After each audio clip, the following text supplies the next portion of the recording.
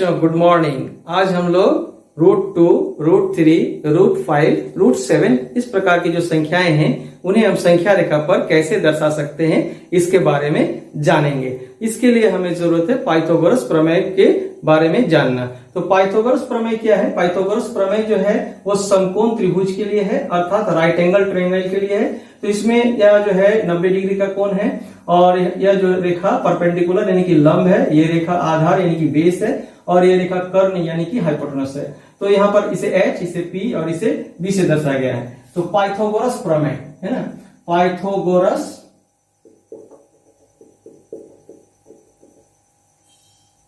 प्रमेय ये जो है बताता है कि H² बराबर B² प्लस P²।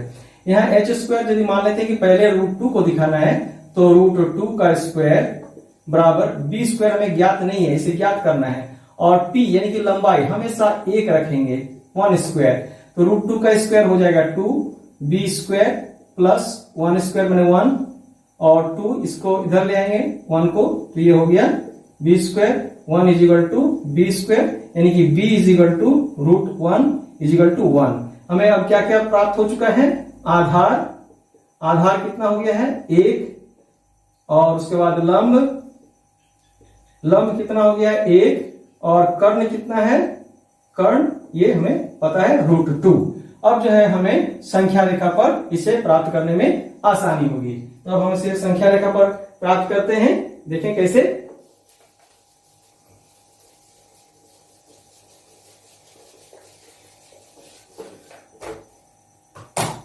तो बच्चों सबसे पहले हम क्या करते हैं, इस प्रकार से स्केल से संख्या रेखा खींच लेते हैं। तो इस प्रकार से हमने संख्या रेखा खींच लिया और इसे कुछ दूरी पर कुछ पॉइंट्स डाले, इस प्रकार से चिन्ह लगाया, ठीक है।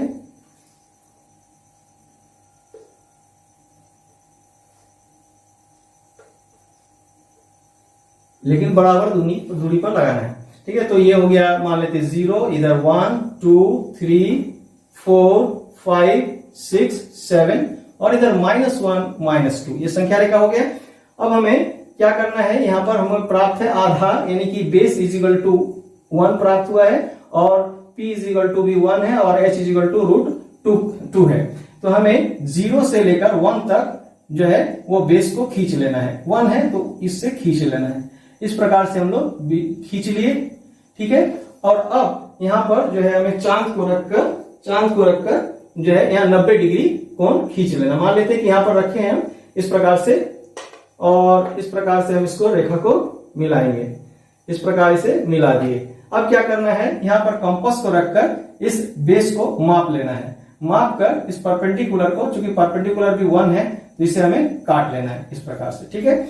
अब जो है इस बिंदु का मान लेते हैं नाम हम P, ठीक है। अब इस P को इस बिंदु का मानते हैं O है, ये 0 भी है और O भी है। तो यहां पर हम इसको मिला देते हैं, इन दोनों बिंदुओं को, ठीक है। इसको मिला दिया गया।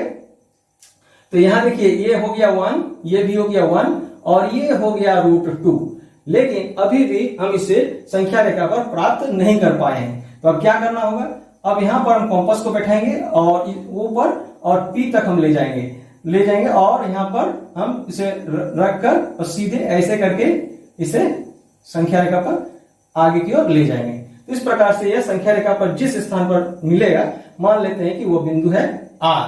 तो इस प्रकार से ये जो हम OR में मिला, OR बराबर इधर से जो हम मापे OP, ये दोनों √2 है। तो इस प्रकार से संख्या रेखा पर हम √2 को प्राप्त कर सकते हैं बच्चों।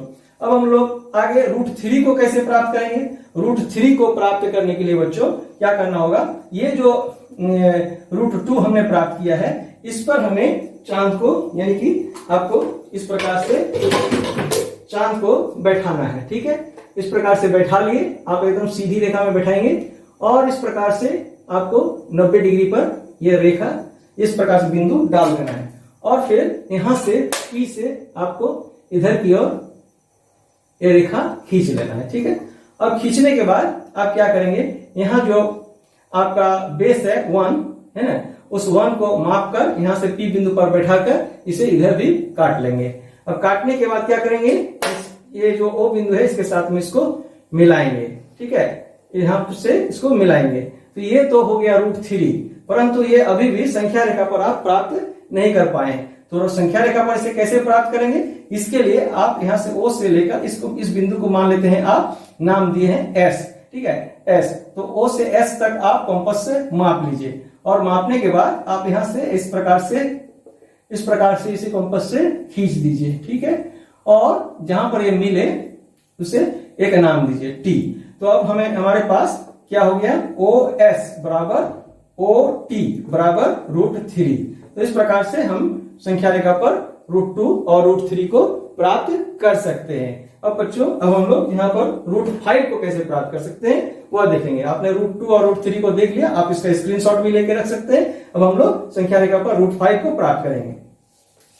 तो अब √5 को प्राप्त करने से पहले बच्चों हमें फिर से यहाँ पर पाइथागोरस प्रमेय के अनुसार इसे देखना है। तो यहाँ पर √5 को हमें प्राप्त करना है, तो इसका स्क्वायर हो गया, b स्क्वायर हो गया, और ये 1 स्क्वायर हो गया, ठीक है। तो √5 का square is equal to 5, b square हमें ज्ञात करना है, और ये हो गया 1। तो इधर 5 - 1 is equal to b square, और ये 4 is equal to b square, और b इज इक्वल टू 2, है ना। इसका जो है रूट हो जाएगा, b होगा तो ये क्या हो जाएगा, ये हो जाएगा 4 का रूट, यानी कि क्या हो जाएगा, 2 हो जाएगा। तो इस प्रकार से आपको हमें क्या क्या प्राप्त हुआ, b इज इक्वल टू प्राप्त हो गया 2, और p इज इक्वल टू प्राप्त हो गया 1, और h इज इक्वल टू हमें ज्ञात करना है, ये प्राप्त है √5। इस प्रकार से हमें ये सारे चीजें प्राप्त हुई है। तो हम इसको यहां पर लिख देते हैं। तो इस प्रकार से ये सारे प्राप्त हो चुकी है। अब हमें संख्या रेखा पर इसे दिखाना है। तो क्या करेंगे, यहां पर √5 लिख देते हैं, √5। अब हम एक संख्या रेखा बनाएंगे। संख्या रेखा हम खींचते हैं। तो संख्या रेखा इस प्रकार से हम खींच दिए। इस प्रकार संख्या रेखा खींचने के बाद हम यहां पर कुछ दूरी पर कुछ बिंदु डालते हैं।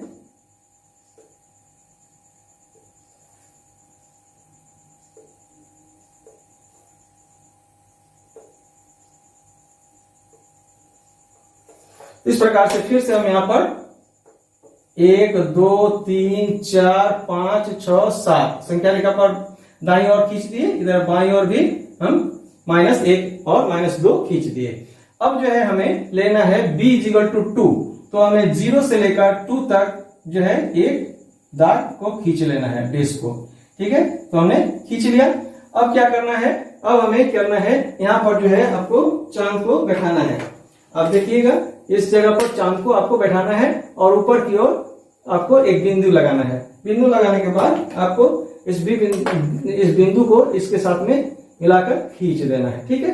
अब आपको क्या करना है, इसका जो है बेस है 1 है। देखिए बेस जो है परपेंडिकुलर जो है 1 है। तो परपेंडिकुलर 1 है तो कैसे निकालेगा, यहां से 1 तक की जो दूरी है उसको आप माप लीजिए, फिर यहां बैठाकर उसे काट लीजिए, ठीक है।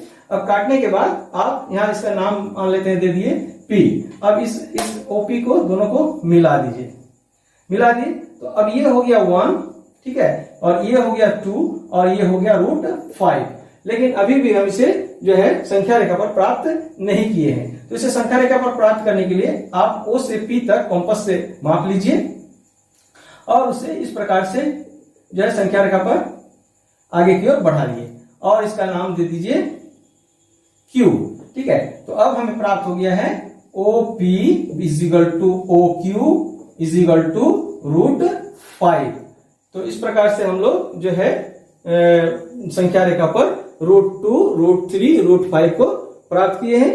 इसी प्रकार से बच्चों √7 और √11 इस प्रकार से हम लोग प्राप्त कर सकते हैं। तो यदि वीडियो अच्छा लगा हो तो वीडियो को लाइक करें, चैनल को सब्सक्राइब करें, दोस्तों को भी शेयर करें। वीडियो में अंत तक बने रहने के लिए बच्चों बहुत बहुत धन्यवाद। मिलते हैं अगले वीडियो में।